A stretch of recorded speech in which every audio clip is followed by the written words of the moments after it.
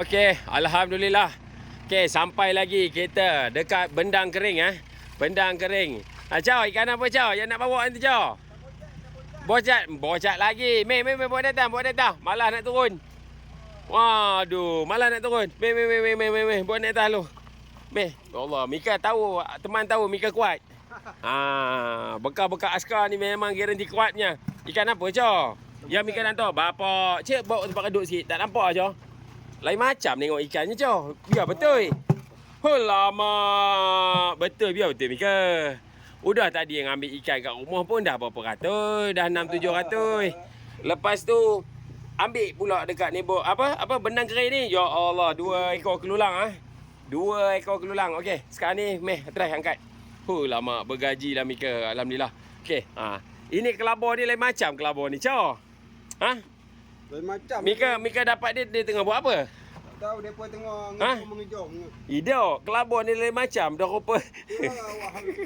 Kuru keren. Okey, tak apa. Okey. Kita tengok kelabor ni berapa kilo? 1 kilo 300 lebih dekat 1 kilo 4. Okey. 1 kilo 300 lebih dekat 1 kilo 4. Alright, yang ini tenggalan ini okey, lebih kurang dalam 800 gram lebih. Alright. Okey, angkat pelan-pelan. Yang tu angkat pelan-pelan.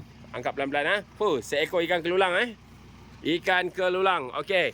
2 kilo 300. 2 kilo 300 ikan kelulang 2 kilo 300. Okey. Alright, 2 kilo 300. Okey, satu lagi. Kita tengok.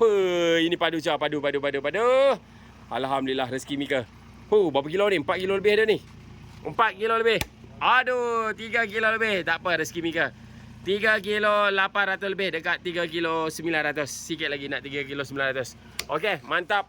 Cik, ni tunjuk ni sikit dah. Lama. Bah tu kelulang itulah bahaya dia. Okey, pelan-pelan.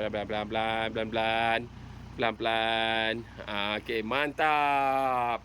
Rezeki tak salah alamat. Okey, mantap. Rezeki nelayan Okey, alhamdulillah tadi kita dah ambil ikan dia. Mantap. Lawang. Tak apa, Mika letak je lah.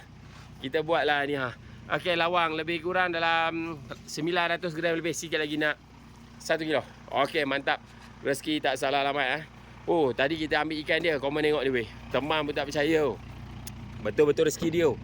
Ini semua ikan dia. Hasil daripada dia. Dan dia dah rating cantik. Dia dah belah perut semua sekali. Okey, kita dah ambil ikan dia tadi. Lepas tu tinggal yang ini sajalah. Okey, bergaji dia hari ni. Alhamdulillah, rezeki nelayan di Sungai Perak, Jalan Tak Padu. Bendang kering My KP bendang kering. Mantap.